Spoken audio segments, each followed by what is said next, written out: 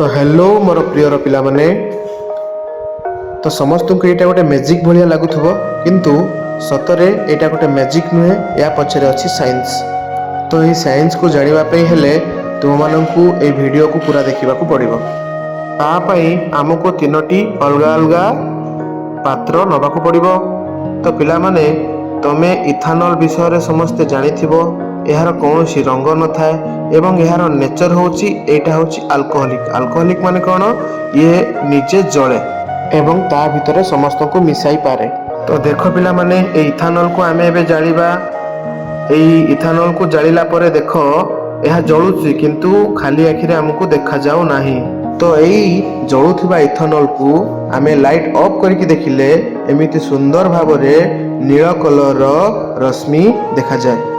तापर आमे जेमति चित्र देखथिले पिला माने आमे इथानल ले किछि बोरिक अम्ल बा बोरिक एसिड को नबा। बोरिक एसिड साधारणतः कठिन अवस्था रे आमे दुकान रे पाई थाउ।